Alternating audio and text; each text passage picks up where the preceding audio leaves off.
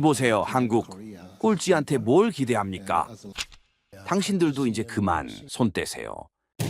일본과 독일 조사단이 비웃으며 던져버린 슬로바키아의 성적표. 전 세계가 투자의 무덤이라며 비웃던 땅이었죠.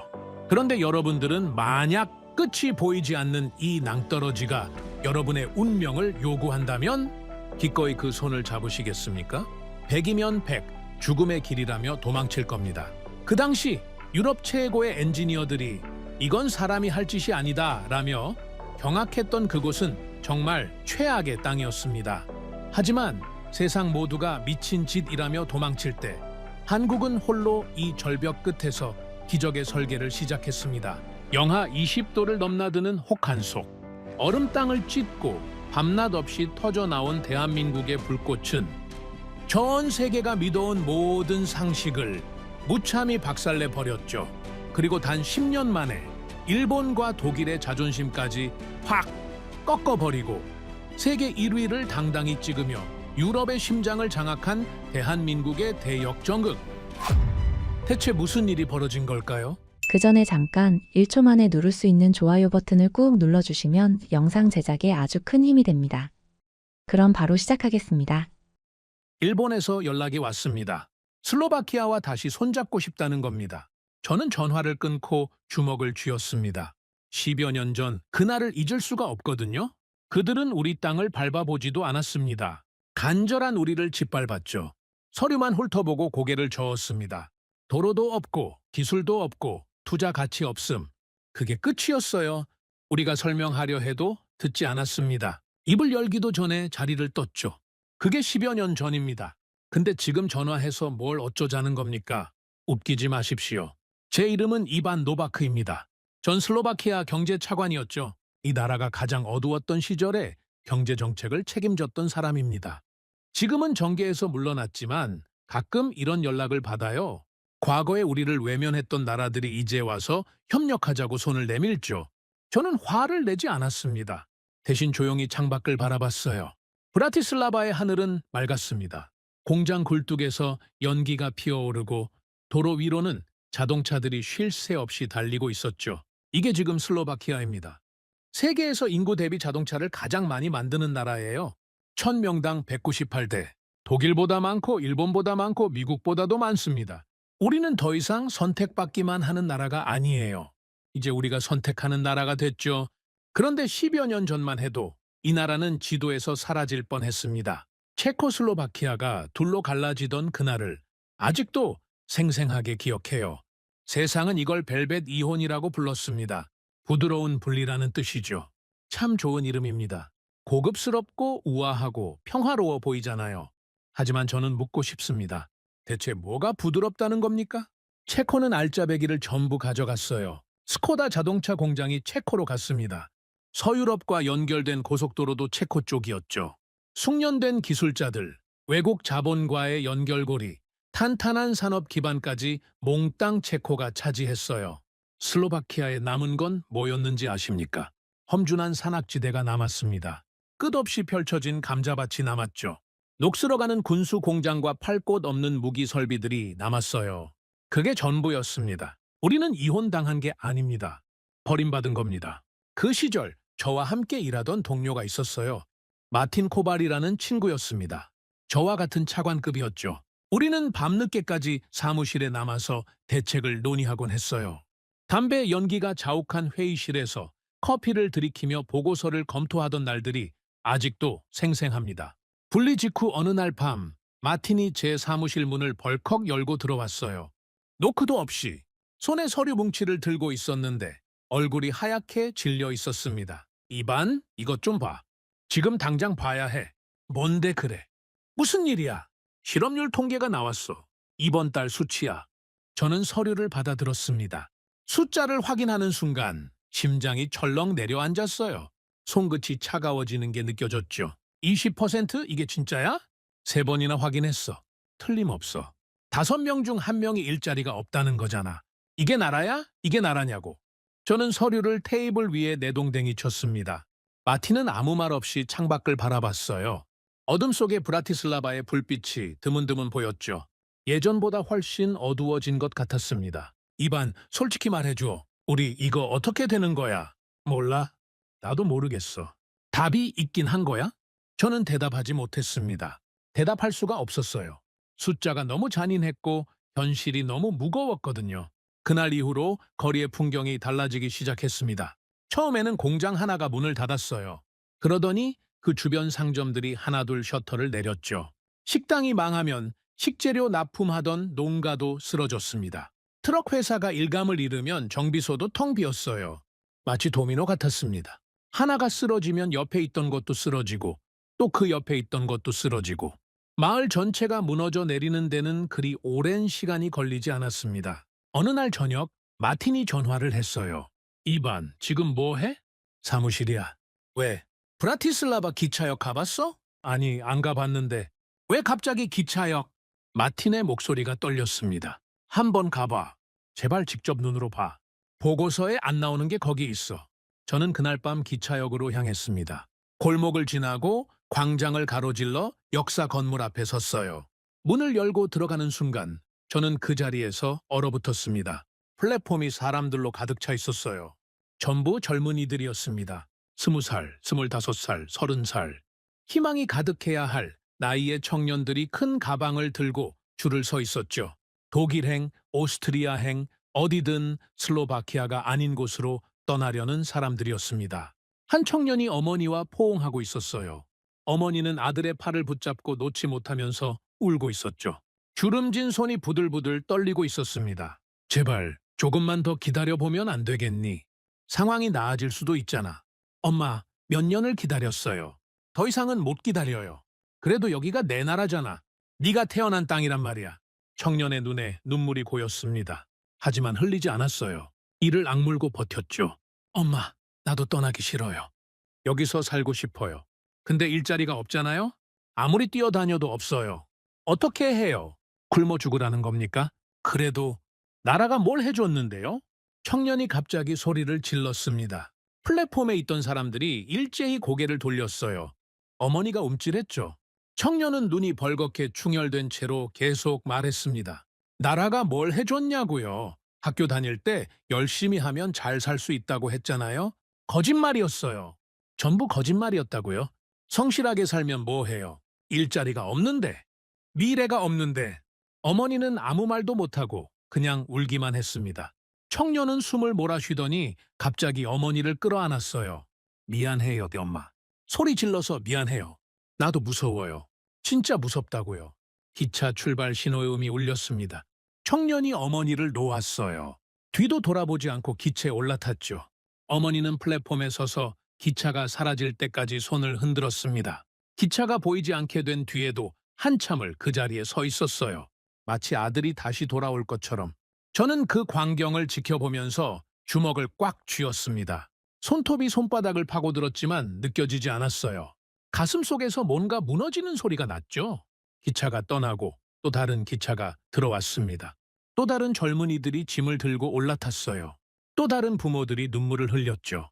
끝이 없었습니다. 이 나라의 미래가, 이 나라의 희망이 기차를 타고 빠져나가고 있었습니다.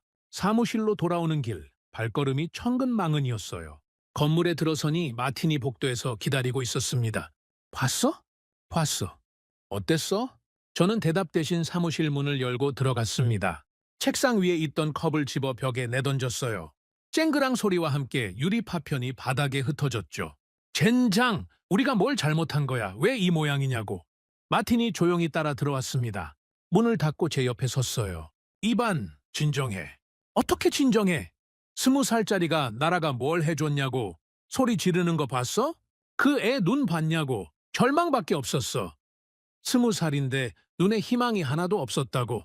저는 의자에 털썩 주저앉았습니다. 온몸에 힘이 빠졌어요. 두 손으로 얼굴을 감싸며 중얼거렸죠. 마틴, 나 무섭다. 뭐가?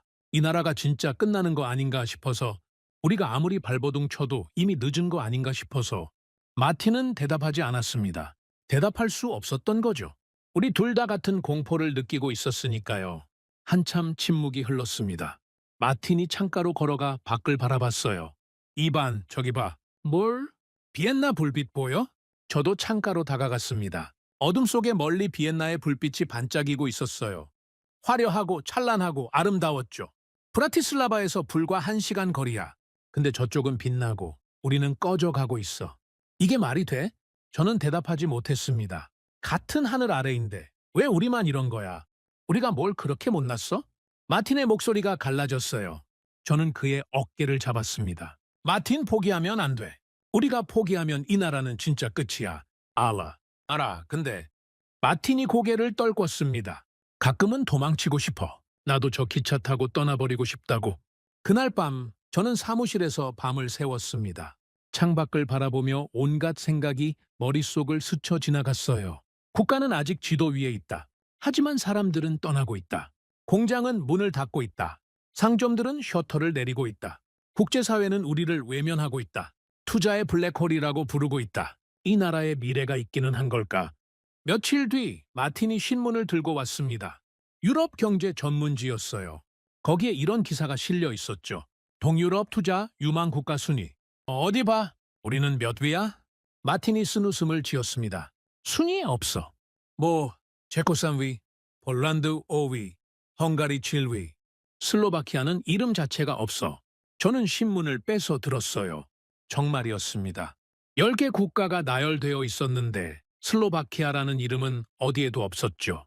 우리는 순위권 밖이라는 거야? 그게 아니야, 이반. 순위권 밖이 아니라 아예 고려 대상이 아닌 거야. 존재 자체가 없는 거라고.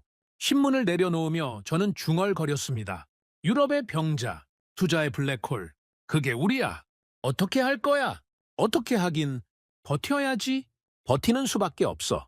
하지만 솔직히 말하면 희망이 보이지 않았습니다.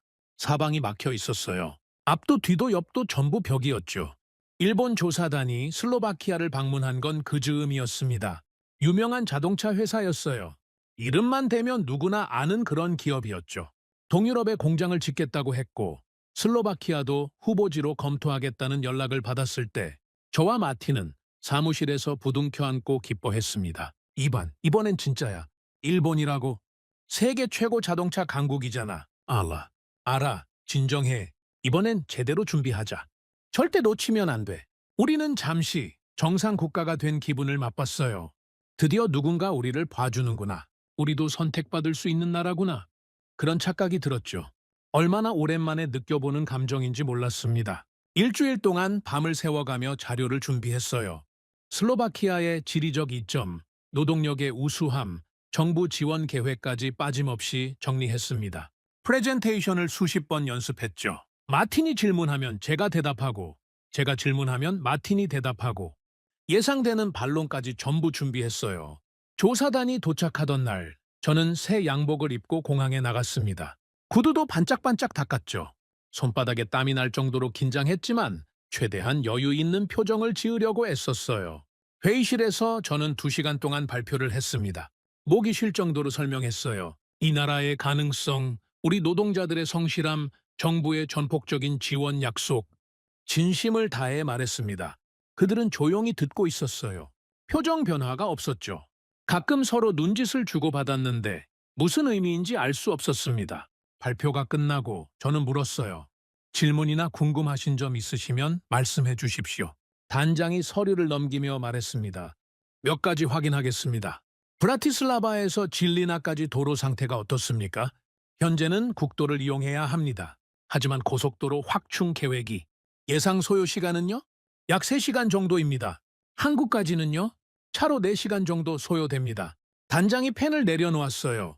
옆 사람에게 뭔가를 속삭였습니다. 저는 가슴이 철렁 내려앉았죠. 전력 공급 안정성은 어떻습니까? 현재 일부 지역에서 간헐적인 문제가 있지만 정부에서 투자를 진행 중이고 숙련된 기술 노동자는 몇 명이나 확보 가능합니까? 정확한 숫자는 추가 조사가 필요하지만 충분히. 단장이 손을 들어 제 말을 멈췄습니다. 차관님, 저희가 필요한 정보는 여기까지입니다. 그들은 서류를 정리하기 시작했어요. 회의가 시작된 지 2시간 반밖에 안 됐는데 벌써 끝내려는 거였죠. 잠깐만요. 아직 보여드릴 게 더 있습니다. 진리나 현장을 직접 방문하시면 현장 방문은 필요 없습니다. 네? 저희는 숫자로 판단합니다. 이미 충분한 데이터를 확보했어요. 그들은 자리에서 일어났습니다. 단장이 마지막으로 말했죠. 보고서는 본사에서 정리되는 대로 보내드리겠습니다. 협조해 주셔서 감사합니다. 악수도 형식적이었어요. 그들은 회의실을 나갔고 저와 마틴은 멍하니 서 있었습니다. 이반 뭔가 이상하지 않아? 나도 그래. 현장도 안 보고 간다고? 느낌이 안 좋아. 저도 같은 생각이었어요. 하지만 희망을 버리고 싶지 않았습니다. 어쩌면 괜찮을지도 모른다고 결과를 기다려보자고 스스로를 달랬죠. 열흘 뒤 보고서가 도착했습니다. 마틴이 봉투를 들고 제 사무실로 뛰어 들어왔어요. 이반, 일본에서 보고서 왔어. 열어봐. 빨리. 마틴이 봉투를 뜯었습니다. 안에서 종이 한 장이 나왔어요. 한 장? 이게 다야? 저는 그 종이를 받아들었습니다. 읽기 시작했죠. 글자 하나하나가 눈에 박혔어요. 슬로바키아 투자 검토 결과 보고서, 도로 인프라 평가 최하위, 항만 접근성 평가 최하위, 전력 공급 안정성 불안정, 숙련 노동력 확보 가능성 미흡, 종합 평가. 저는 그 다음 문장을 읽고 숨이 멎는 것 같았습니다. 이 지역의 생산시설을 건설하는 것은 사실상 무모한 행위에 해당함. 투자 권고 등급 최하, 검토 종료. 그 단어가 머릿속에서 맴돌았어요. 무모함. 마틴이 물었습니다.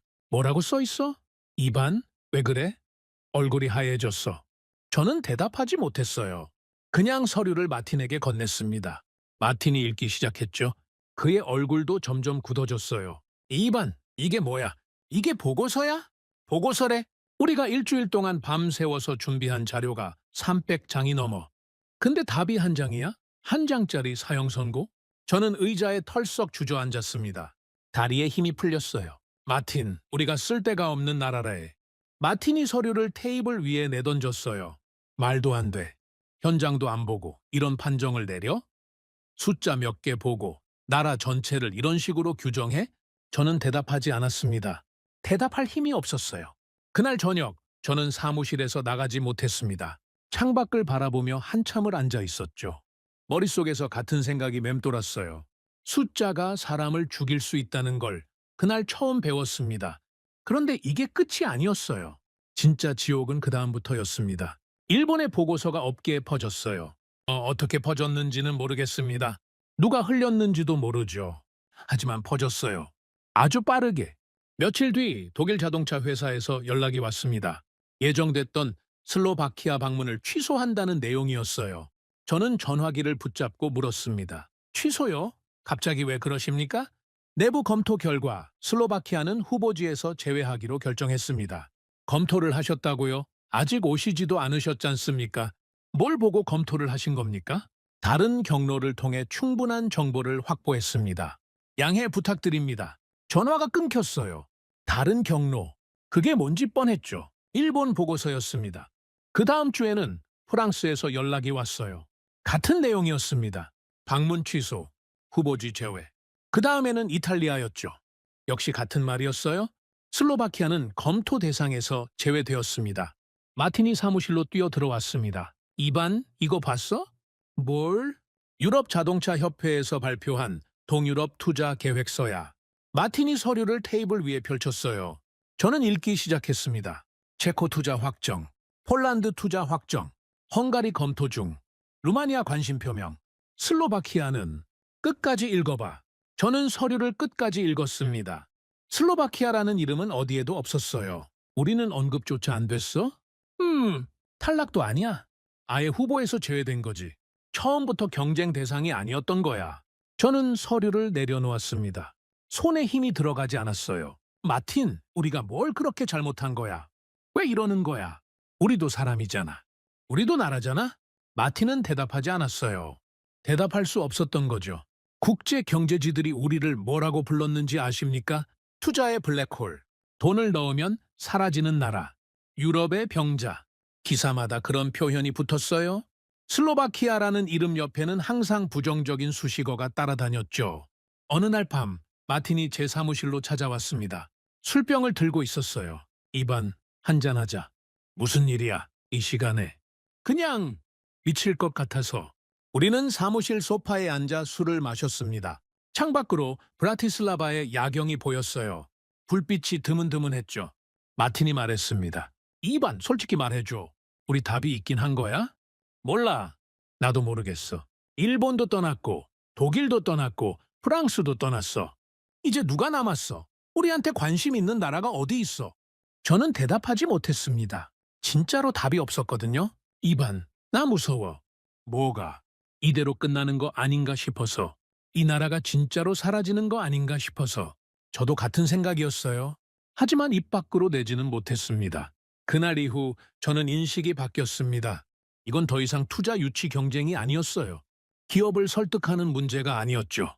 국가 생존의 문제였습니다. 우리는 존재 이유를 증명해야 하는 나라가 되어 있었어요. 그로부터 얼마 뒤 예상치 못한 곳에서 연락이 왔습니다. 아시아, 한국이었어요.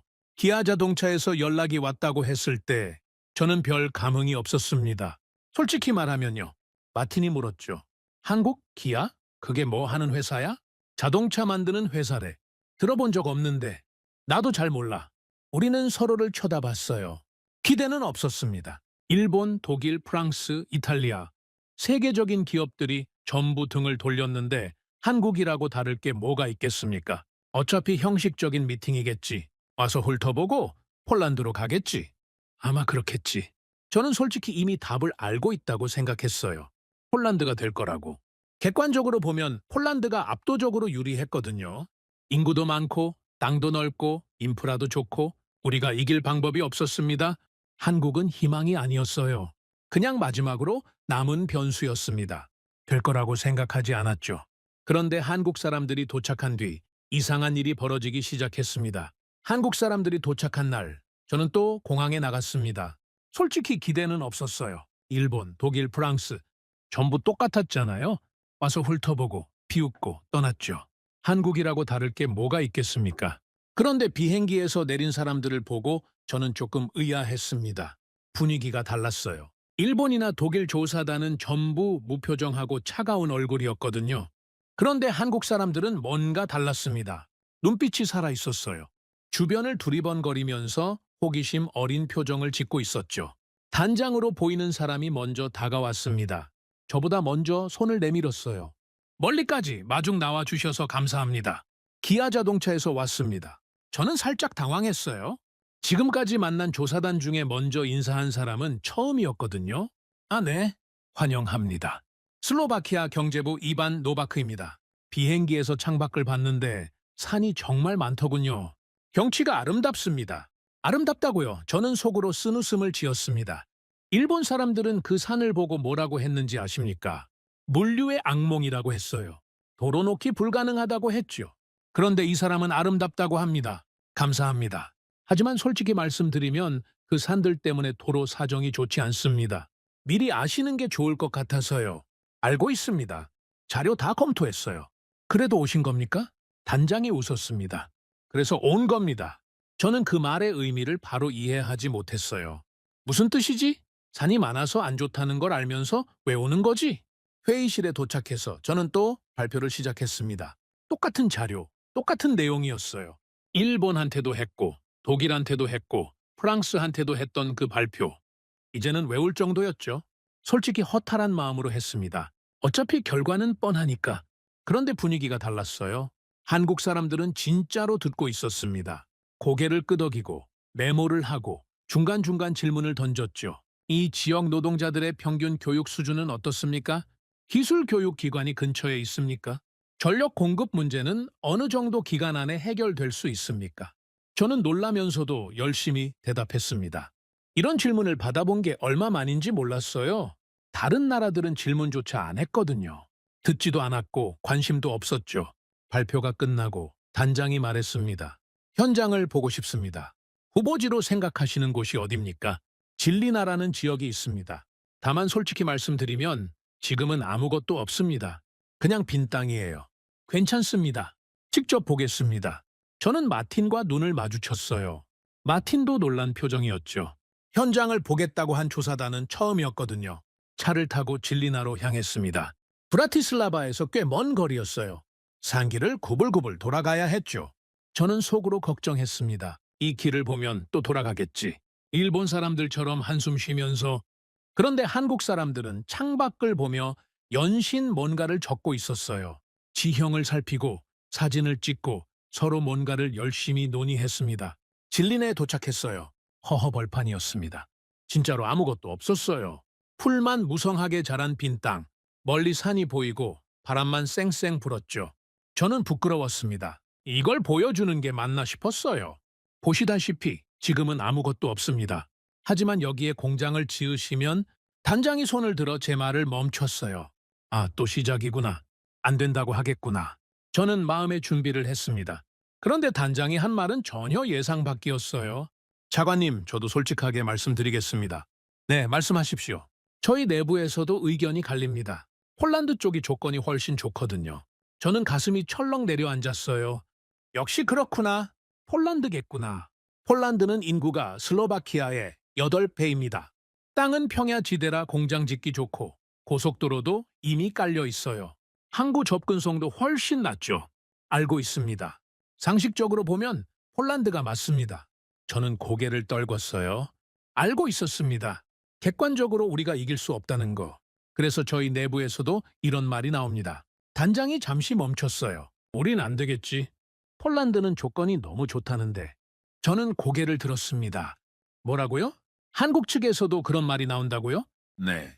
솔직히 저희도 초조합니다. 이번 유럽 진출이 성공하지 못하면 저희한테도 큰 타격이거든요. 저는 그 순간 뭔가를 깨달았어요. 이 선택이 우리만의 절박함이 아니라는 걸. 한국도 같은 도박판 위에 서 있다는 걸. 그때 처음 알았습니다. 이 판에 올라간 건 우리만이 아니었다는 걸. 단장이 주변을 둘러보며 말했어요. 차관님, 한 가지만 여쭤봐도 됩니까? 네, 말씀하십시오. 슬로바키아 정부는 이 프로젝트를 얼마나 원합니까? 정말 솔직하게 말씀해 주십시오. 저는 잠시 생각했습니다. 그리고 결심했어요. 더 이상 숨길 게 뭐가 있겠습니까? 목숨 걸고 원합니다. 목숨이요? 네. 이건 그냥 투자 유치가 아닙니다. 우리한테는 국가 생존의 문제예요. 단장이 저를 똑바로 쳐다봤습니다. 계속 말씀해 주시겠습니까? 일본이 떠났습니다. 독일이 떠났어요. 프랑스가 떠났고 이탈리아가 떠났죠? 모든 문이 닫혔습니다. 아무도 우리를 원하지 않아요. 저는 목소리가 떨렸지만 계속 말했습니다. 젊은이들이 떠나고 있습니다.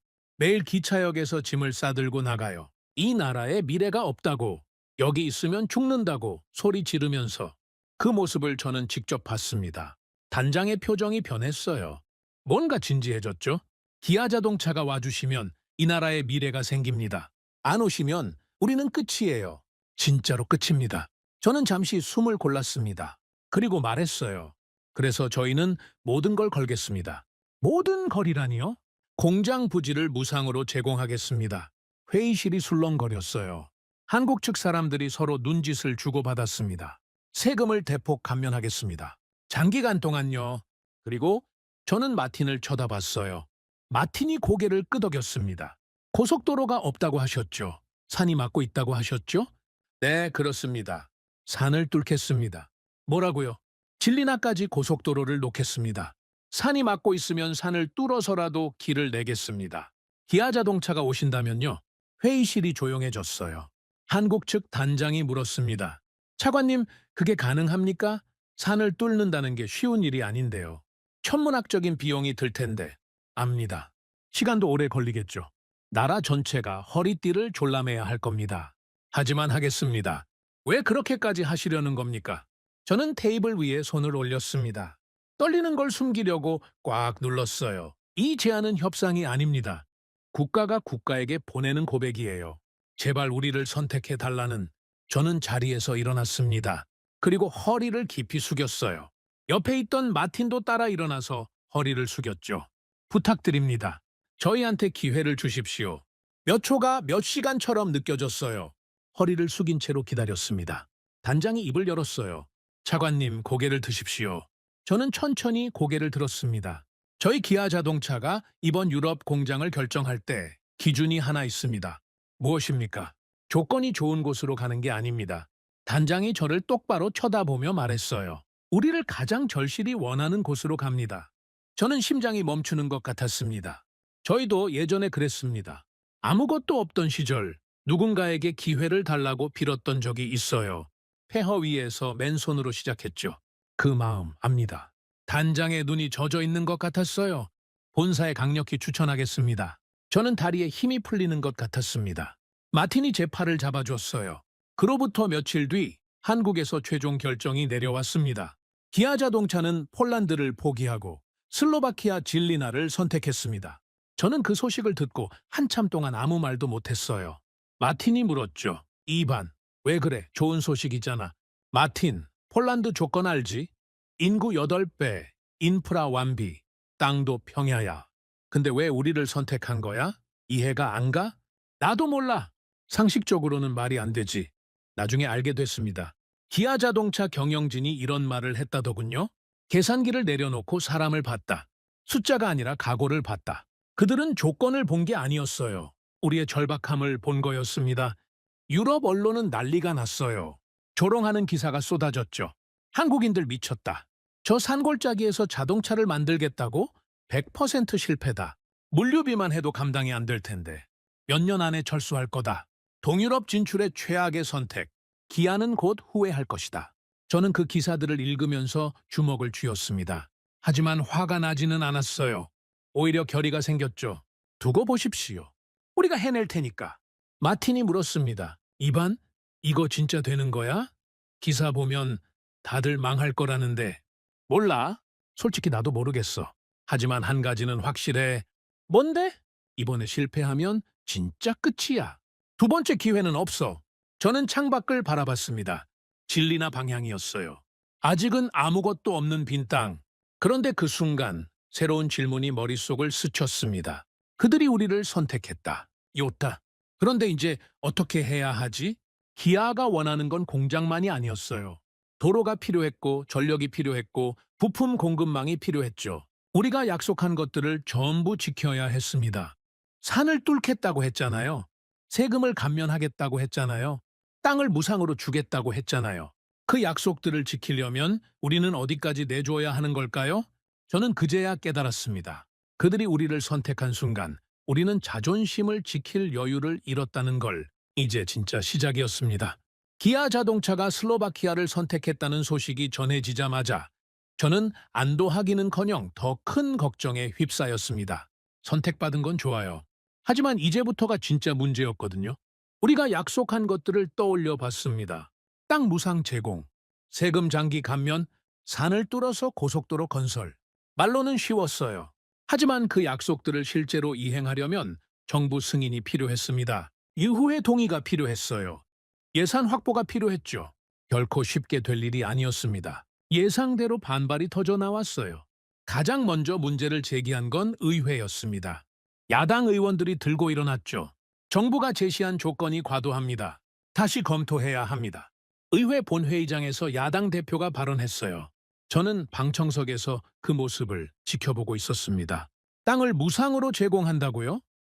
국민의 재산을 외국 기업에 그냥 내준다는 겁니까? 의원들이 웅성거렸어요. 세금 감면은 또 어떻습니까? 10년, 20년 동안 세금을 깎아준다면서요? 그 손실은 결국 국민이 메꿔야 하는 거 아닙니까? 고속도로 건설 비용은요? 산을 뚫어서 길을 내겠다고요? 전문학적인 예산이 필요한 사업입니다. 야당 대표가 서류를 들어보였습니다. 이건 투자 유치가 아닙니다. 국부 유출입니다. 우리가 너무 많은 것을 내주고 있어요. 의회가 술렁거렸어요. 저는 이를 악물었습니다. 마틴이 제 옆에서 속삭였습니다. 이반, 괜찮아? 괜찮아. 저는 대답하지 않았어요. 괜찮지 않았거든요. 하지만 여기서 무너지면 안 됐습니다. 언론도 비판적이었어요. 다음 날 신문 헤드라인들이 눈에 들어왔습니다. 정부의 파격 조건, 과연 적절한가? 슬로바키아가 내주는 것과 얻는 것, 전문가들, 협상 조건 재검토 필요성 제기. 저녁에 집에 돌아왔을 때 아내가 걱정스러운 표정으로 저를 맞았어요. 여보, 뉴스 봤어. 힘들지? 저는 소파에 털썩 주저앉았습니다. 여보, 내가 잘하고 있는 건가? 다들 너무 많이 내준다고 하는데. 아내가 제 옆에 앉았어요. 제 손을 잡았습니다. 당신이 왜 이 일을 시작했는지 기억해. 기차역에서 떠나는 젊은이들을 봤어. 20살짜리가 울면서 소리 지르더라.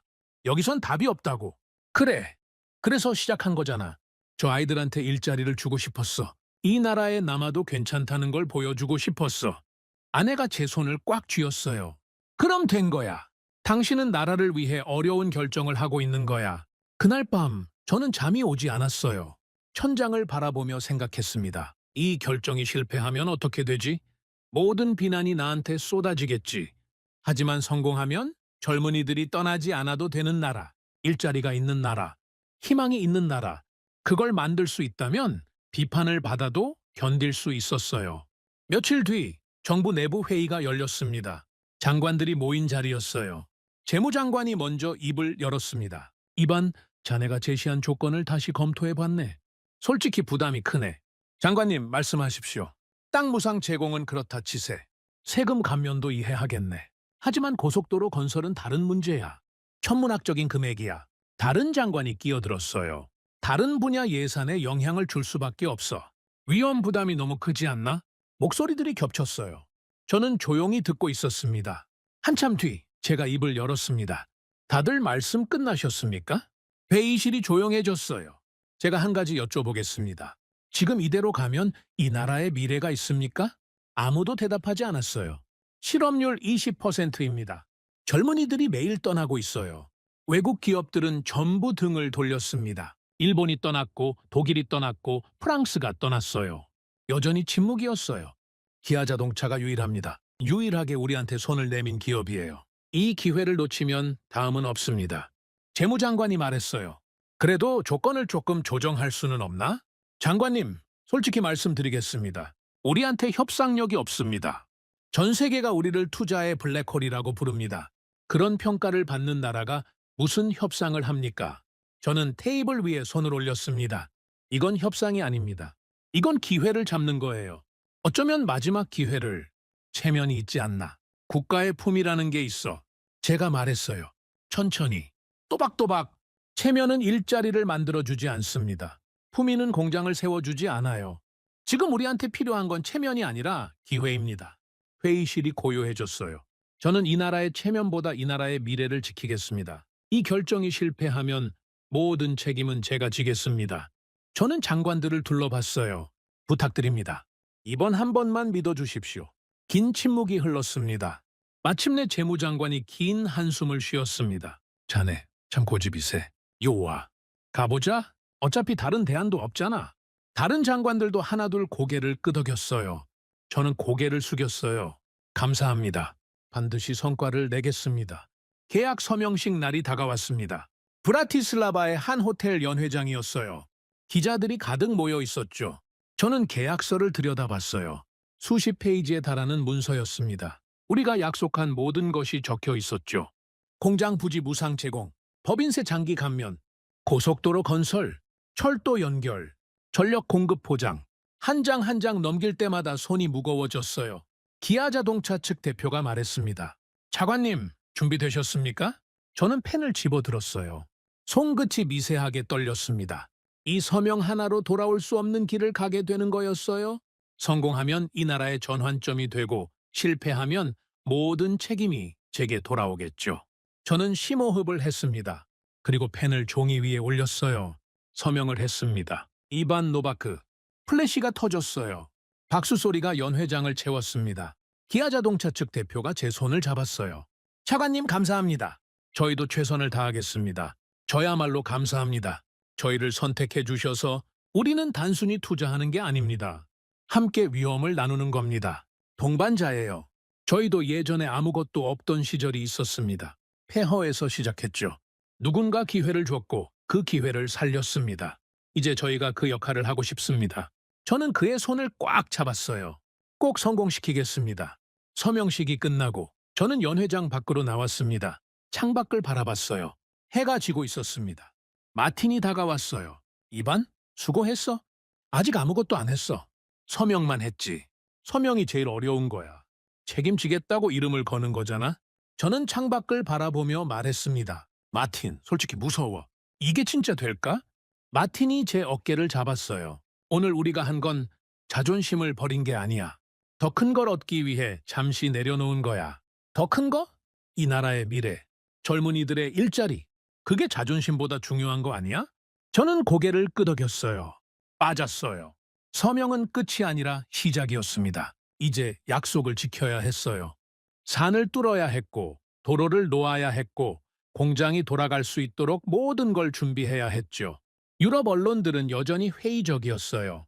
상월짜기의 자동차 공장, 성공 가능성 낮아. 저는 그 기사들을 읽으면서 오히려 결의가 생겼어요. 두고 보십시오. 우리가 해낼 테니까. 그날 밤 저는 오랜만에 깊이 잠들었습니다. 꿈을 꿨어요. 진리나의 빈 땅에 거대한 공장이 서 있는 꿈을, 젊은이들이 웃으며 일하는 꿈을, 그게 꿈으로 끝날지 현실이 될지는 아직 알 수 없었습니다. 하지만 한 가지는 확실했어요. 우리는 이미 돌아올 수 없는 다리를 건넜다는 것. 공사가 시작됐습니다. 진리나의 빈 땅에 첫 삽이 들어간 날, 저는 현장에 직접 나갔어요. 풀만 무성하던 그 땅에 중장비들이 들어서고 인부들이 움직이기 시작했죠. 드디어 시작이구나. 가슴이 벅찼습니다. 하지만 유럽 언론들의 반응은 차가웠어요. 공사 시작 다음 날 신문 기사들이 쏟아졌습니다. 기아 자동차, 슬로바키아 공장 착공, 완공까지 최소 3, 4년 예상, 전문가들, 산악 지형으로 인한 공사 지연, 불가피 전망, 유럽 자동차 업계 관계자 겨울 넘기기도 전에 포기할 것. 마티니 신문을 들고 제 사무실로 왔어요. 이반, 이거 봤어? 봤어. 3, 4년이래. 최소 3, 4년. 그게 유럽 기준이니까 그렇지. 근데 한국 측은 뭐라고 해? 저는 어깨를 으쓱했습니다. 1년 반 안에 완공하겠다고 하더라. 뭐? 1년 반? 마틴이 눈을 크게 떴어요. 그게 가능해? 유럽 기준으로 3, 4년인데? 나도 몰라. 근데 그렇게 말하더라고. 솔직히 저도 반신반의했습니다. 1년 반이라니. 유럽에서는 상상도 못할 일정이었거든요. 여름이 지나고 가을이 왔습니다. 공사는 순조롭게 진행되고 있었어요. 저는 한 달에 한두 번씩 현장을 방문했죠. 그런데 문제는 겨울이었습니다. 슬로바키아의 겨울을 아십니까? 영하 20도까지 내려가요. 산악지대인 진리나는 더 추웠죠. 바람이 칼처럼 불고 눈이 허리까지 쌓이는 곳이었습니다. 유럽에서는 상식이 있었어요. 겨울에는 공사를 멈춘다.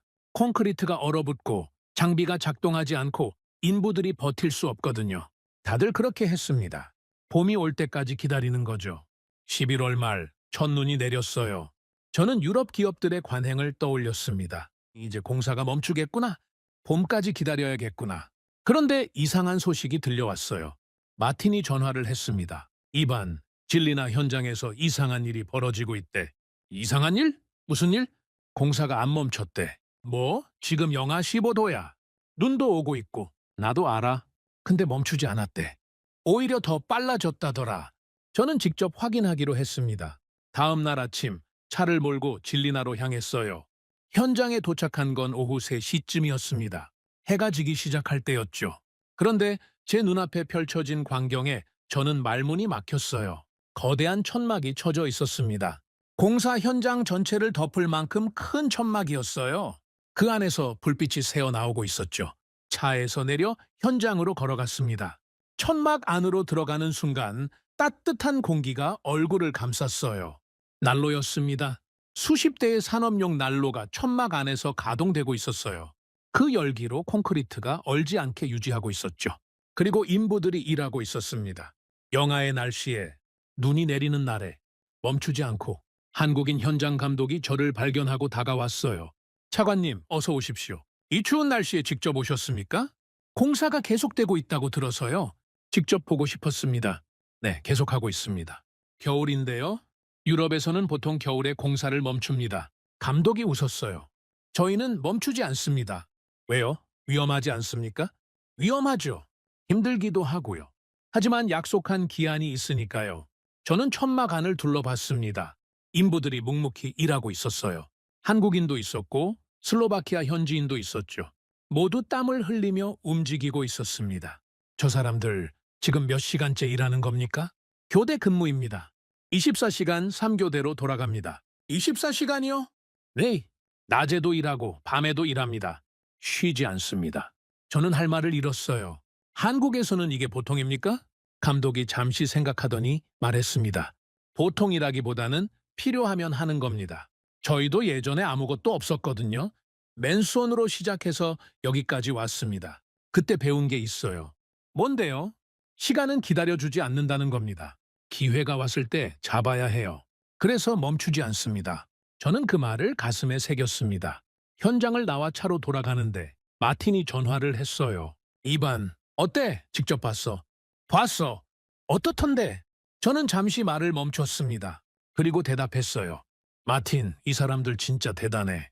영하 날씨에 천막 치고 날로 돌리고 24시간 일하고 있어. 미친 거 아니야? 미친 거 맞아? 근데 그 미친 짓을 진짜로 하고 있어.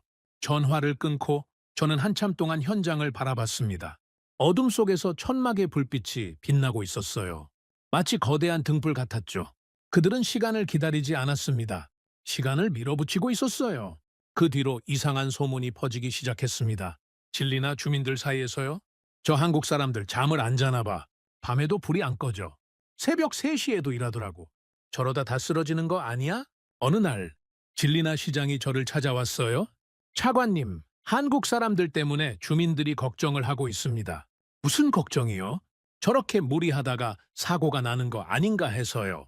밤새 일하는 게 정상은 아니지 않습니까? 저는 웃었습니다. 시장님, 걱정 마십시오. 저도 처음엔 놀랐는데 저 사람들은 원래 저렇게 일한다고 하더군요. 원래 저렇다고요? 네. 한국에서는 이게 보통이래요. 시장이 고개를 갸웃거렸어요. 대단한 사람들이네요. 우리 같으면 상상도 못할 일인데. 겨울이 깊어갈수록 저는 더 자주 현장을 방문했습니다. 갈 때마다 공사가 진척되어 있었어요. 눈이 와도 바람이 불어도 영하 20도가 되어도 멈추지 않았죠. 그러던 어느 날 현장에서 이상한 광경을 목격했습니다. 한국 기업들이 줄줄이 들어오고 있었어요. 기아 자동차만 온 게 아니었습니다. 저 회사들은 뭡니까? 현장 감독에게 물었어요. 협력사들입니다. 부품 회사들이죠. 부품 회사요? 네. 자동차를 만들려면 부품이 필요하지 않습니까? 엔진, 변속기, 시트, 유리, 타이어, 수천 가지 부품이 들어갑니다. 그 부품을 만드는 회사들이 같이 온 겁니다. 저는 놀랐어요. 그러니까 기아 자동차만 온 게 아니라 관련 회사들이 통째로 온 거예요? 그렇습니다. 저희는 혼자 오지 않습니다. 생태계를 통째로 옮기는 겁니다. 생태계. 그 말이 머릿속에서 맴돌았어요? 그게 무슨 뜻입니까? 자동차 한 대를 만들려면 수만 개의 부품이 필요합니다. 그 부품들을 다른 나라에서 가져오면 시간도 오래 걸리고 비용도 많이 들어요. 그래서 저희는 핵심 협력사들을 데리고 옵니다. 부품 생산부터 조립, 출하까지 한 울타리 안에서 끝내는 겁니다. 저는 그제야 이해했습니다. 이 사람들은 공장 하나를 짓는 게 아니었어요. 산업단지 전체를 만들고 있었던 겁니다. 아니, 더 정확히 말하면 하나의 완결된 시스템을 이식하고 있었죠. 마틴에게 전화했습니다. 마틴, 나 지금 현장인데 이것 좀 와서 봐야 해. 왜? 무슨 일이야? 한국 회사들이 줄줄이 들어오고 있어. 기아만 온 게 아니야. 부품 회사들이 같이 왔어. 뭐? 몇 개나? 지금까지 본 것만 10개가 넘어. 마틴이 다음날 현장에 왔어요. 저와 함께 공사 현장을 둘러봤습니다. 이반, 이거 장난 아닌데. 그치? 나도 놀랐어. 이 사람들 진짜 뭐야. 공장만 짓는 게 아니잖아. 아예 나라를 옮기고 있는 거야. 저는 고개를 끄덕였어요. 그래, 나도 그 생각했어. 공장이 아니라 시스템을 옮기고 있는 거야. 이러면 우리한테 뭐가 남는 거야? 일자리, 기술, 경험, 그리고 미래. 마틴이 현장을 바라보며 말했습니다. 이반, 솔직히 말할게. 나 처음에는 반신반의했어. 한국이 뭔데 여기까지 와서 공장을 짓겠어? 그냥 말뿐이겠지 했거든. 나도 그랬어. 근데 지금 보니까 알겠어. 이 사람들 진심이야. 진짜로 여기서 성공하려고 하는 거야. 저도 같은 생각이었습니다. 그날 저녁 저는 현장 근처 작은 식당에서 한국인 감독과 저녁을 먹었어요. 감독님, 한 가지 여쭤봐도 됩니까? 네, 말씀하십시오.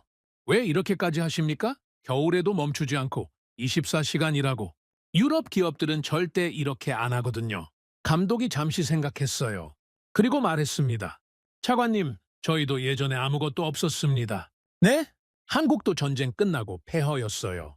먹을 것도 없고 기술도 없고 돈도 없었죠. 그때 누군가 저희한테 기회를 줬습니다. 누가요? 여러 나라들이요. 투자도 해주고 기술도 가르쳐주고 그 기회를 잡으려고 저희는 미친 듯이 일했습니다. 밤새 일하고 쉬는 날도 없이 일하고 감독의 눈이 반짝였어요. 그렇게 해서 지금의 한국이 됐습니다. 저희는 그걸 기억해요. 기회가 왔을 때 잡지 않으면 다음은 없다는 걸. 그래서 멈추지 않는 겁니다. 저는 가슴이 뭉클해졌어요. 슬로바키아도 지금 그런 상황입니다. 기회가 필요해요. 알고 있습니다. 그래서 저희가 온 거예요. 저희가 받았던 기회를 이제 저희가 주고 싶습니다. 저는 술잔을 들었어요.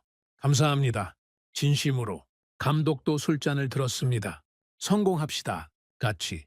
그날 밤 숙소로 돌아오는 길에 저는 창밖을 바라봤어요. 어둠 속에서 공사 현장의 불빛이 보였습니다. 밤인데도 꺼지지 않는 불빛. 저는 중얼거렸어요. 한국인들은 왜 빠른가? 그게 아니었어. 한국인들은 왜 멈추지 않는가? 그게 달랐던 거야. 계산이 아니라 각오가 현장을 움직이고 있었습니다. 숫자가 아니라 의지가 공사를 밀어붙이고 있었죠. 저는 그제야 알았어요. 이 사람들은 진짜로 해낼 거라는 걸. 봄이 올 때까지 기다릴 필요가 없었습니다. 이미 봄은 오고 있었어요. 저 불빛 안에서 시간이 흘렀습니다. 겨울이 가고 봄이 왔어요. 봄이 가고 여름이 왔죠. 여름이 가고 다시 가을이 왔습니다. 공사는 계속됐어요. 멈추지 않았습니다. 저는 한 달에 두세 번씩 현장을 방문했어요. 갈 때마다 풍경이 달라져 있었습니다. 처음에는 빈 땅이었던 곳에 기둥이 섰고, 기둥 위에 지붕이 올라갔고, 벽이 세워졌죠. 거대한 건물이 하나둘 모습을 드러내기 시작했어요.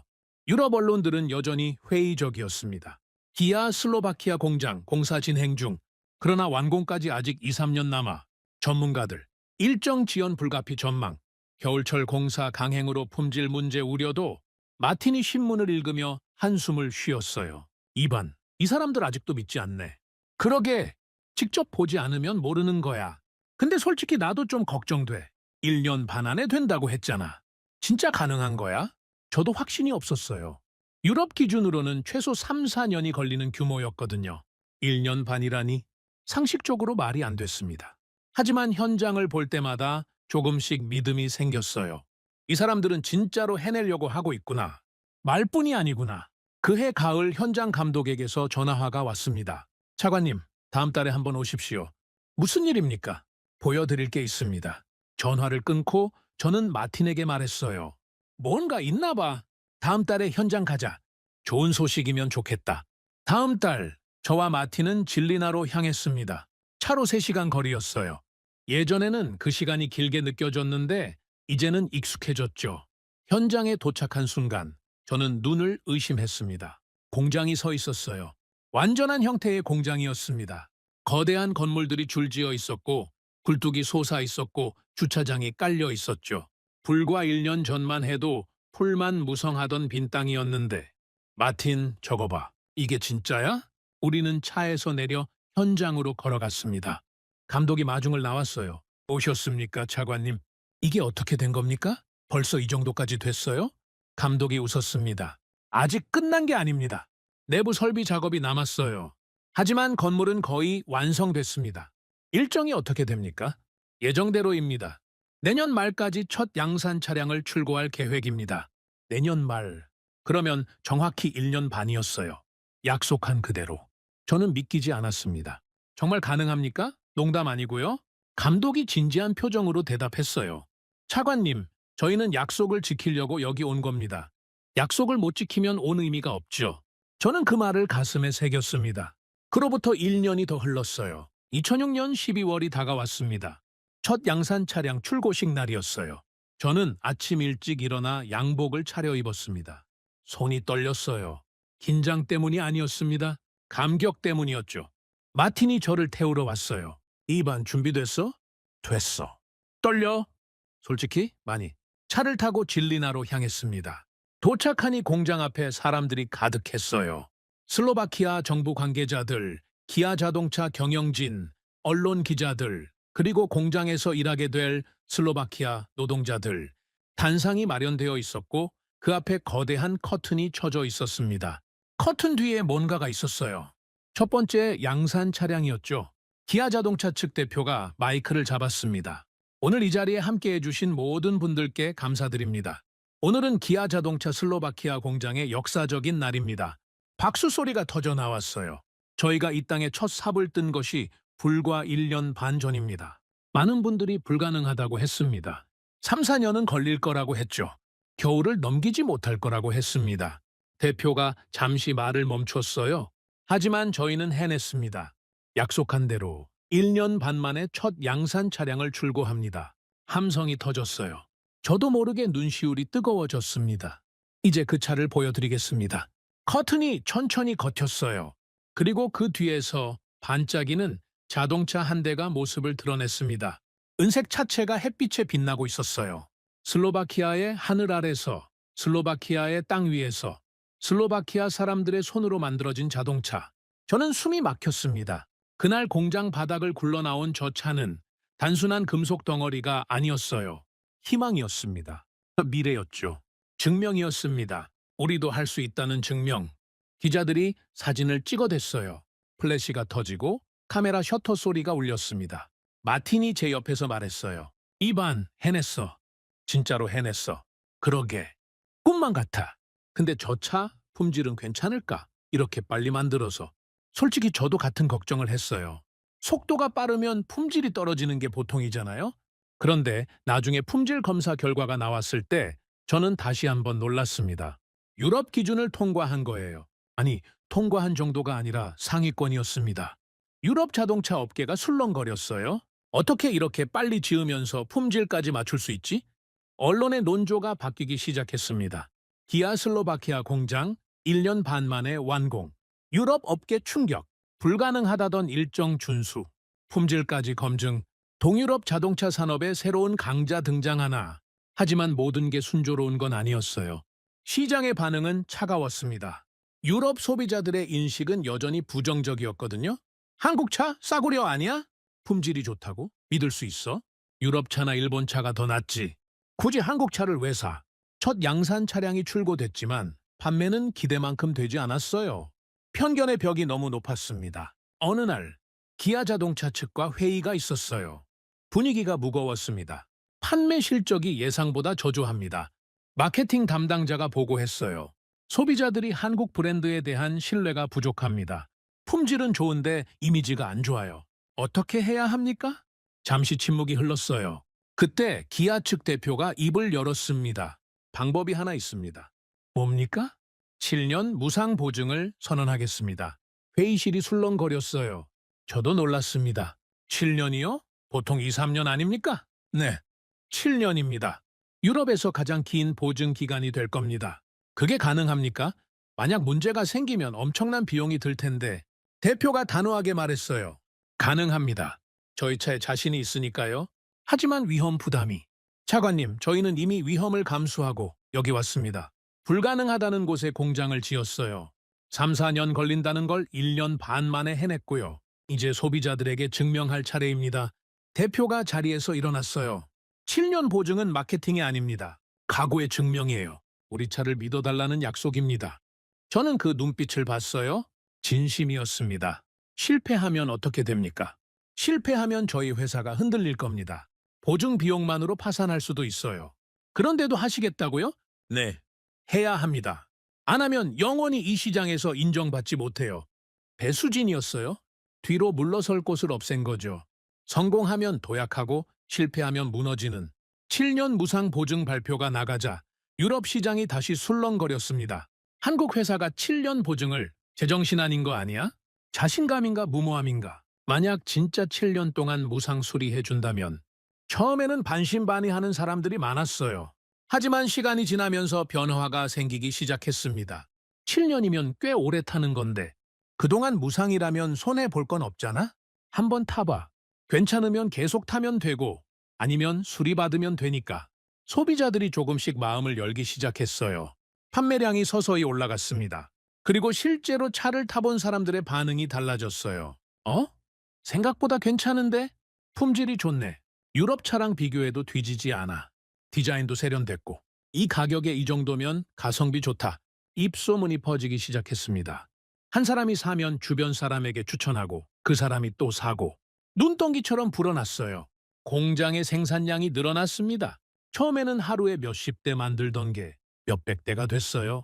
교대 근무가 늘어나고 직원들이 더 뽑혔죠. 슬로바키아 젊은이들이 공장으로 몰려들기 시작했습니다. 어느 날 저는 공장을 방문했다가 한 젊은 노동자와 이야기를 나눴어요. 여기서 일한 지 얼마나 됐습니까? 6개월 됐습니다, 차관님. 어떻습니까? 일이 힘들지 않습니까? 청년이 환하게 웃었어요. 힘들죠. 근데 좋습니다. 뭐가 좋습니까? 여기서 일하면 자부심이 생겨요. 제가 만든 차가 유럽 전역으로 나간다고 생각하면요. 그리고 월급도 괜찮고요. 저는 가슴이 뭉클해졌어요. 예전에는 뭐 했습니까? 독일 갈 준비하고 있었어요. 여기선 일자리가 없으니까. 근데 이 공장이 생겨서 안 가도 되겠더라고요. 잘 됐네요. 네, 이제 부모님 곁에서 살 수 있어요. 그게 제일 좋습니다. 저는 그 청년의 얼굴을 한참 바라봤어요. 밝았습니다. 희망이 있었죠. 기차역에서 울면서 떠나던 청년들이 생각났습니다. 나라가 뭘 해줬냐고 소리 지르던 그 아이들. 이제 그 아이들한테 대답할 수 있게 됐어요. 일자리를 만들었다고. 여기 있어도 살 수 있다고. 공장을 나오면서 마틴에게 말했어요. 마틴, 우리가 한 일이 헛되지 않았어. 그러게. 저 청년 얼굴 봤어? 행복해 보이더라. 저런 얼굴을 더 많이 보고 싶어. 그러려면 공장이 더 잘 돼야지. 그래. 더 잘 되게 해야지. 저녁 무렵 공장 앞에 서서 노을을 바라봤어요. 건물 뒤로 해가 지고 있었습니다. 하늘이 붉게 물들었죠. 불과 몇 년 전만 해도 여기는 아무것도 없었어요. 풀만 무성한 빈 땅, 희망이 없던 곳. 지금은 달랐습니다. 거대한 공장이 서 있었고 수천 명의 사람들이 일하고 있었고 자동차가 쏟아져 나오고 있었죠. 저는 중얼거렸어요. 약속을 지킨다는 것. 그건 계약서보다 무거운 언어였어. 한국 사람들은 약속을 지켰습니다. 1년 반 만에 공장을 완공하겠다고 했고 해냈어요. 품질 좋은 차를 만들겠다고 했고 만들었죠. 7년 동안 책임지겠다고 했고 지키고 있었습니다. 그 약속들이 쌓여서 신뢰가 됐어요. 신뢰가 쌓여서 성공이 됐고요. 그 순간부터 우리는 투자국과 피투자국이 아니었습니다. 동반자였어요. 함께 위험을 지고 함께 성공을 나누는. 마틴이 물었어요. 이반 뭐 생각해? 그냥 여기까지 오는데 참 오래 걸렸다 싶어서. 오래 걸렸지. 근데 이제 시작이야. 그래, 시작이지. 저는 공장을 바라보며 웃었습니다. 이 이야기는 여기서 끝이 아니에요. 사실 여기서부터가 진짜 시작이었죠. 슬로바키아가 어떻게 세계 1위 자동차 생산국이 됐는지 그 이야기는 아직 남아 있습니다. 궁금하지 않으십니까? 기아 자동차 슬로바키아 공장이 본격적으로 가동되기 시작하면서 변화는 생각보다 빠르게 찾아왔습니다. 처음에는 하루에 몇백 대였어요. 그게 1000대가 됐고 2000대가 됐죠. 공장이 풀가동되면서 생산량이 폭발적으로 늘어났습니다. 그런데 진짜 변화는 숫자가 아니었어요. 사람들이었습니다. 칠리나 주변 마을들이 살아나기 시작했어요. 텅 비어있던 상점들이 다시 문을 열었고 문 닫았던 식당들이 영업을 재개했죠. 거리에 사람들이 돌아왔습니다. 어느 날 저는 칠리나 시내를 걸었어요. 몇 년 만의 방문이었죠. 예전에 왔을 때는 을씨년스러웠거든요. 빈 건물들, 닫힌 가게들, 희망 없는 표정의 사람들. 그런데 지금은 달랐습니다. 카페에 젊은이들이 앉아 있었어요. 웃으면서 대화를 나누고 있었죠. 거리에는 새 차들이 달리고 있었고 아이들이 뛰어놀고 있었습니다. 한 카페에 들어가 커피를 시켰어요. 주인 아주머니가 환하게 웃으며 맞아줬습니다. 어서 오세요. 뭘 드릴까요? 아메리카노 한 잔 주세요. 커피를 기다리며 주변을 둘러봤어요. 가게가 깔끔하게 꾸며져 있었습니다. 새로 단장한 것 같았죠. 가게 분위기가 좋네요. 오래되셨습니까? 원래는 10년 전에 열었어요. 근데 중간에 몇 년 문 닫았다가 3년 전에 다시 열었습니다. 왜 문을 닫으셨습니까? 주인 아주머니가 잠시 표정이 어두워졌어요. 손님이 없었거든요. 젊은 사람들이 다 떠났잖아요. 마을에 노인들만 남았는데 누가 카페에 오겠어요. 그런데 다시 여셨네요. 네, 공장이 들어오고 나서 사람들이 돌아왔거든요. 젊은 직원들이 퇴근하고 커피 마시러 와요. 주말에는 가족들도 오고 주인 아주머니가 환하게 웃었습니다. 솔직히 꿈만 같아요. 이 마을이 다시 살아날 줄은 몰랐거든요. 저는 커피를 마시며 창밖을 바라봤어요. 거리에 활기가 넘쳤습니다. 예전에 그 을씨년스러운 풍경은 온데간데 없었죠. 공장 하나가 마을을 살린 거였어요. 아니, 마을만이 아니었습니다. 지역 전체가 살아나고 있었죠. 마틴에게 전화했어요. 마틴, 나 지금 진리나야. 거기서 뭐 해? 그냥 둘러보고 있어. 마틴, 여기 완전히 달라졌어. 어떻게? 사람들이 돌아왔어. 가게들이 다시 열렸고 거리에 활기가 있어. 마틴이 웃었어요. 우리가 해낸 거야, 이반. 그러게. 실감이 안 났는데 이제야 실감이 나네. 시간이 더 흘렀습니다. 기아 자동차 공장의 성공 소식이 퍼지면서 다른 기업들도 관심을 갖기 시작했어요. 어느 날 경제부에서 보고가 올라왔습니다. 차관님, 독일 자동차 부품 회사에서 연락이 왔습니다. 독일이요? 네. 슬로바키아에 공장을 짓고 싶다고 합니다. 저는 믿기지 않았어요. 독일이라고요? 예전에 우리를 그렇게 무시하던 독일이? 확실합니까? 네. 공식 제안서가 왔습니다. 제안서를 읽어봤어요. 진짜였습니다. 독일 자동차 부품 회사가 슬로바키아에 투자하고 싶다고, 공장을 짓고 싶다고. 마틴이 제 사무실로 뛰어들어왔어요. 이반, 들었어? 독일에서 연락 왔다며? 응? 방금 제안서 봤어. 예전에 우리한테 냉정했던 그 독일이? 그래, 그 독일이야. 마틴이 웃음을 터뜨렸어요. 세상 참 재밌다. 버릴 땐 언제고 이제 와서 투자하겠다고? 저도 웃었습니다. 하지만 거절할 생각은 없었어요. 과거의 감정보다 나라의 미래가 중요했으니까요. 받아들이자. 투자는 투자니까. 그래, 감정적으로 골 필요 없지. 독일 회사가 들어왔습니다. 그 뒤로 프랑스 회사도 들어왔어요. 이탈리아 회사도 들어왔죠. 예전에 등을 돌렸던 나라들이 하나둘 돌아오기 시작했습니다. 기아 자동차가 길을 열어준 거였어요.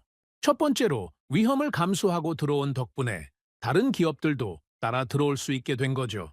투자가 늘어나면서 일자리도 폭발적으로 늘어났습니다. 어느 날 통계청에서 보고가 올라왔어요. 차관님, 이번 분기 실업률 통계입니다. 얼마나 됐습니까? 8%입니다. 저는 귀를 의심했어요. 뭐라고요? 8%? 네, 8%입니다. 불과 몇 년 전만 해도 20%가 넘었거든요. 5명 중 1명이 일자리가 없던 나라가 이제 10명 중 1명도 안 되는 수준까지 내려온 거였어요. 저는 한참 동안 그 숫자를 바라봤습니다. 눈물이 날 것 같았어요. 마틴에게 전화했어요. 마틴, 실업률 8%래. 뭐? 진짜? 진짜야. 방금 보고 받았어. 마틴이 한참 동안 말이 없었어요. 그리고 낮은 목소리로 말했습니다. 이반, 우리가 해낸 거야. 진짜로 해냈어. 그래! 해냈어. 저는 전화를 끊고 창밖을 바라봤어요. 브라티슬라바의 하늘이 맑았습니다. 예전과 같은 하늘인데 왜 이렇게 다르게 보일까요? 그로부터 몇 년이 더 흘렀습니다. 놀라운 소식이 들려왔어요. 국제자동차제 조협회에서 발표한 통계였습니다. 인구 대비 자동차 생산량 세계 순위. 저는 떨리는 손으로 보고서를 펼쳤어요. 순위를 찾았습니다. 1위 슬로바키아. 인구 1000명당 198대. 저는 그 숫자를 몇 번이나 다시 읽었어요. 틀림없었습니다. 슬로바키아가 세계 1위였어요. 독일보다 많았습니다. 자동차의 본고장이라는 독일보다, 일본보다 많았어요. 세계 최고의 자동차 강국이라는 일본보다, 미국보다 많았습니다. 가장 큰 자동차 시장을 가진 미국보다, 체코보다 많았어요. 우리를 버리고 떠났던 체코보다 더블 스코어 차이로. 저는 한참 동안 그 보고서를 들여다봤습니다. 믿기지 않았어요. 마틴이 사무실로 뛰어들어왔어요. 이반, 봤어? 세계 1위래. 봤어. 우리가 세계 1위라고. 마틴이 저를 끌어안았어요. 저도 마틴을 안았습니다. 두 사람 다 눈물이 났죠. 마틴, 기억나? 예전에 기차역에서 떠나던 젊은이들. 기억나지? 어떻게 인죠? 나라가 뭘 해줬냐고 소리 지르던 그 애들. 기억나. 이제 대답할 수 있겠어? 일자리를 만들었다고. 세계 1위가 됐다고. 마틴이 웃으면서 울었어요. 그래, 이제 대답할 수 있어. 그날 저녁, 저는 오랜만에 브라티슬라바 기차역을 찾았습니다. 예전에 그 풍경을 봤던 곳이었어요. 젊은이들이 줄지어 떠나던 곳, 어머니들이 울던 곳, 희망이 국경을 넘어 빠져나가던 곳, 플랫폼에 섰어요. 기차가 들어오고 있었습니다. 그런데 풍경이 달랐어요. 기차에서 사람들이 내리고 있었습니다. 젊은이들이었어요. 가방을 들고 내리는 젊은이들. 예전에는 떠나는 사람들 뿐이었는데 이제는 돌아오는 사람들이 있었어요. 한 청년이 플랫폼에 내려서 주변을 둘러봤습니다.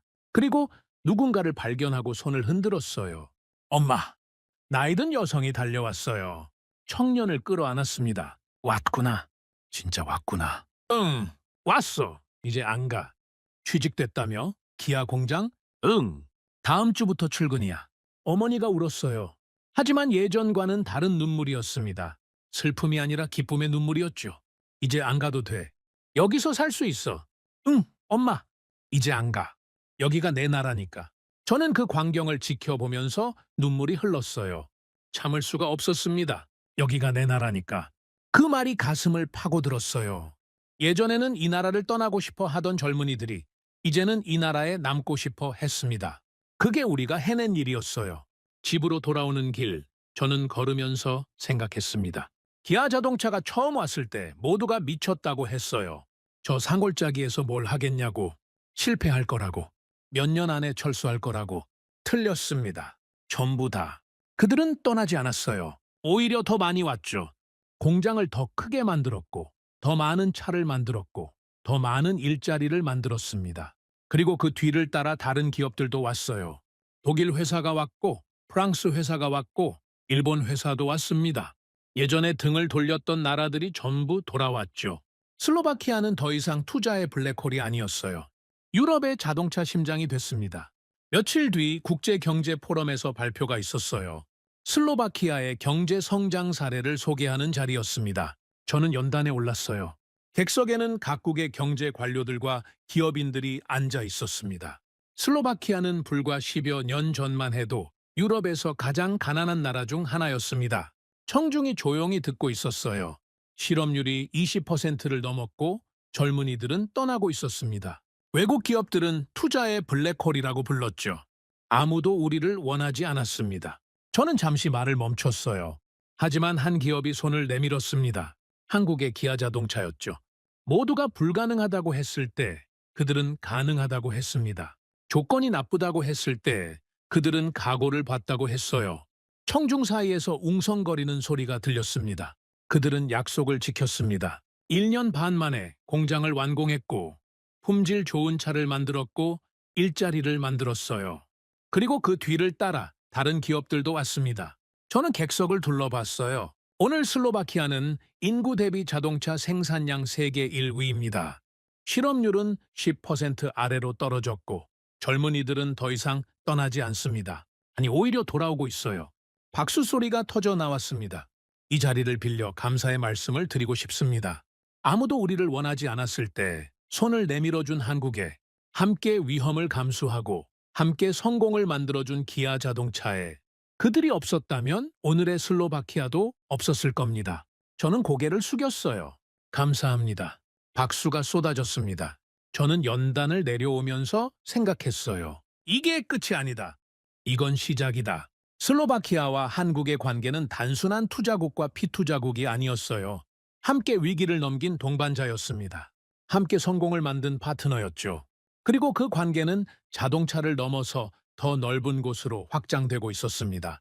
어느 날 외교부에서 연락이 왔어요. 차관님, 한국 정부에서 공식 초청이 왔습니다. 초청이요? 네. 슬로바키아 경제관료단을 초청하고 싶다고 합니다. 한국의 경제 발전 현장을 보여주고 싶다고요. 저는 그 초청을 받아들였습니다. 몇 주 뒤 비행기를 타고 한국으로 향했어요. 서울에 도착했을 때 저는 놀라움을 금치 못했습니다. 고층 빌딩들이 하늘을 찌르고 있었어요. 깨끗한 도로, 빠른 지하철, 첨단 기술로 가득한 도시. 이게 전쟁의 폐허에서 일어난 나라라고요? 한국 측 관계자가 안내해주면서 말했어요. 저희도 예전에는 아무것도 없었습니다. 슬로바키아처럼요. 믿기 어렵습니다. 이 정도까지 발전할 수 있다니? 가능합니다. 슬로바키아도 할 수 있어요. 아니, 이미 하고 계시잖아요. 저는 서울 시내를 둘러보면서 생각했어요. 한국이 해냈다면 우리도 할 수 있다. 아니, 우리는 이미 하고 있다.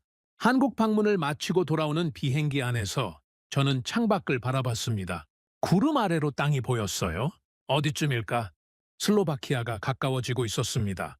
저는 생각했어요. 이 이야기는 아직 끝나지 않았다. 기아 자동차가 슬로바키아에 온 건 시작일 뿐이었어요.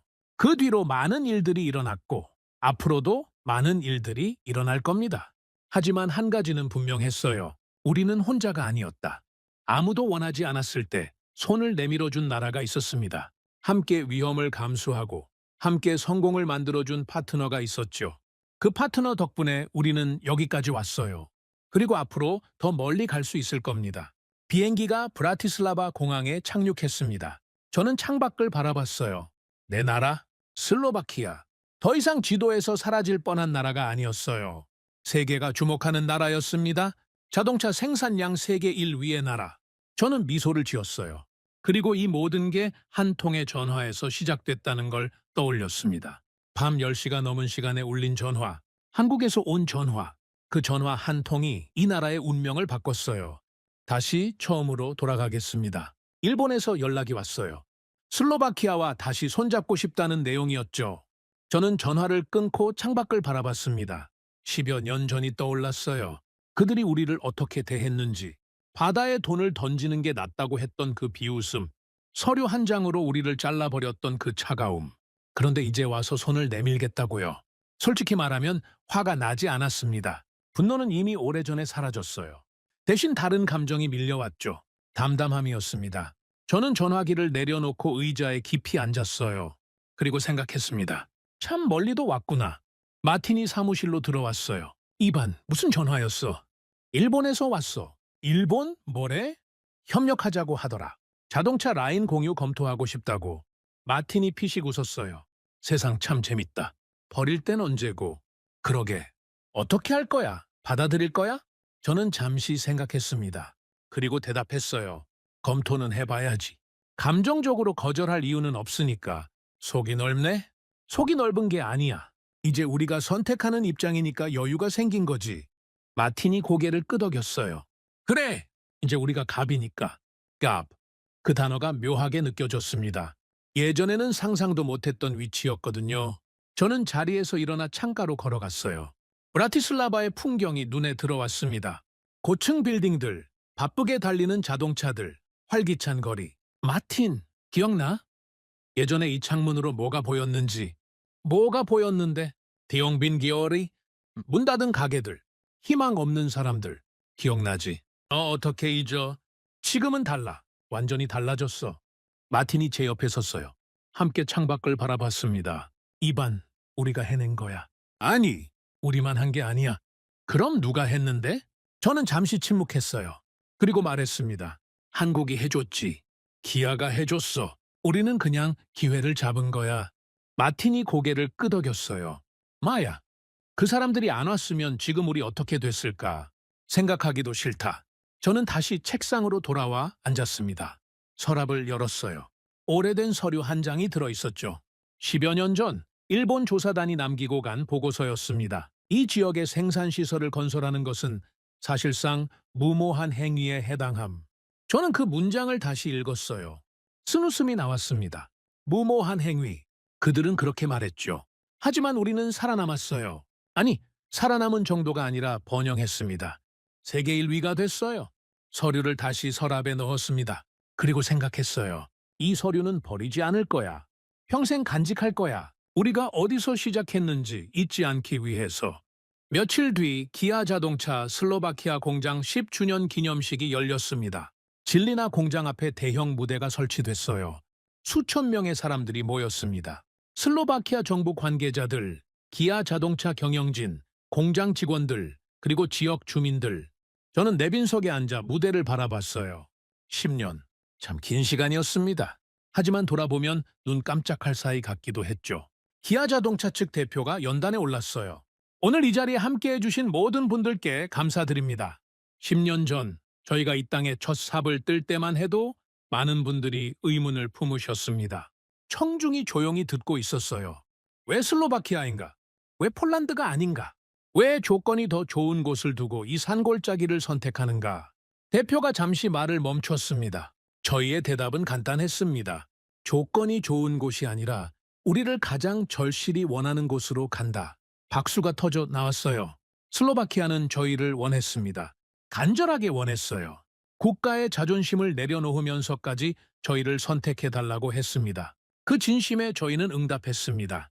대표가 객석을 둘러봤어요. 10년이 지난 지금 저희는 그 선택이 옳았다고 확신합니다. 슬로바키아는 세계 최고의 자동차 생산국이 됐습니다. 저희 기아 자동차도 유럽 시장에서 확고한 위치를 잡았고요. 함께 성장했습니다. 함께 성공했어요. 대표가 고개를 숙였습니다. 이 자리를 빌려 슬로바키아 국민 여러분께 감사의 말씀을 드립니다. 저희를 믿어주셔서 감사합니다. 함께 해주셔서 감사합니다. 박수가 쏟아졌어요. 저도 박수를 쳤습니다. 손바닥이 얼얼할 정도로. 다음은 제 차례였어요. 저는 연단에 올랐습니다. 수천 명의 시선이 저를 향했죠. 10년 전 이 자리에는 아무것도 없었습니다. 저는 공장을 가리키며 말했어요. 풀만 무성한 빈 땅이었죠. 아무도 거들떠보지 않았습니다. 투자 가치가 없다고 했어요. 청중이 조용히 듣고 있었어요. 그때 한 기업이 손을 내밀었습니다. 한국에서 온 기아 자동차였죠. 모두가 안 된다고 했을 때 그들은 된다고 했습니다. 모두가 떠났을 때 그들은 왔어요. 저는 잠시 말을 멈췄습니다. 목이 메었거든요. 저는 그때를 절대 잊지 못합니다. 아무도 우리를 원하지 않았을 때 손을 내밀어준 그 손길을, 함께 위험을 감수하겠다고 했던 그 약속을. 저는 기아 자동차 경영진 쪽을 바라봤어요. 여러분 덕분에 이 나라가 살았습니다. 과장이 아니에요. 진심입니다. 여러분이 안 왔으면 이 나라는 지금 어떻게 됐을지 모릅니다. 저는 고개를 깊이 숙였어요. 감사합니다. 진심으로 감사합니다. 박수가 터져 나왔어요. 저는 고개를 들고 청중을 바라봤습니다. 많은 사람들이 눈물을 흘리고 있었어요. 기념식이 끝나고 저는 공장 앞마당을 거닐었습니다. 해가 지고 있었어요. 노을이 하늘을 붉게 물들이고 있었죠. 기아 자동차 측 대표가 다가왔어요. 차관님, 잠시 이야기 나누실 수 있겠습니까? 물론이죠. 우리는 공장 뒤편 조용한 곳으로 걸어갔습니다. 벤치에 나란히 앉았어요. 차관님, 저희가 처음 슬로바키아에 왔을 때 기억나십니까? 기억나죠? 어떻게 있겠습니까? 그때 차관님이 하신 말씀이 아직도 생생합니다. 제가 뭐라고 했죠? 목숨 걸고 원한다고 하셨어요. 이건 투자 유치가 아니라 국가 생존의 문제라고. 저는 고개를 끄덕였어요. 그랬죠. 그때는 진짜 그랬습니다. 저희도 비슷했어요. 유럽 진출이 실패하면 회사가 흔들릴 수도 있었거든요. 저희도 목숨을 걸었습니다. 대표가 하늘을 올려다봤어요. 그래서 저희는 슬로바키아를 선택했습니다. 조건이 아니라 각오를 봤거든요. 이 사람들이라면 함께 해낼 수 있겠다고 생각했어요. 결과적으로 옳은 선택이었죠. 네, 최고의 선택이었습니다. 대표가 저를 바라봤어요. 차관님, 저희는 슬로바키아를 단순한 투자처로 생각한 적이 없습니다. 동반자로 생각했어요. 함께 위험을 나누고 함께 성공을 만드는. 저희도 마찬가지입니다. 기아 자동차는 우리한테 그냥 외국 기업이 아니에요. 가족 같은 존재죠. 대표가 미소를 지었어요. 앞으로도 함께 가시겠습니까? 당연하죠. 끝까지 함께 갑니다. 우리는 악수를 나눴어요. 손을 꽉 잡았습니다. 말보다 강한 약속이었죠. 그날 밤 저는 숙소로 돌아오는 대신 진리나 시내를 걸었습니다. 거리의 불빛이 반짝이고 있었어요. 카페에서 웃음소리가 들려왔고 레스토랑에서 음악이 흘러나왔죠. 젊은이들이 삼삼오오 모여 이야기를 나누고 있었습니다. 10년 전에는 상상도 못했던 풍경이에요.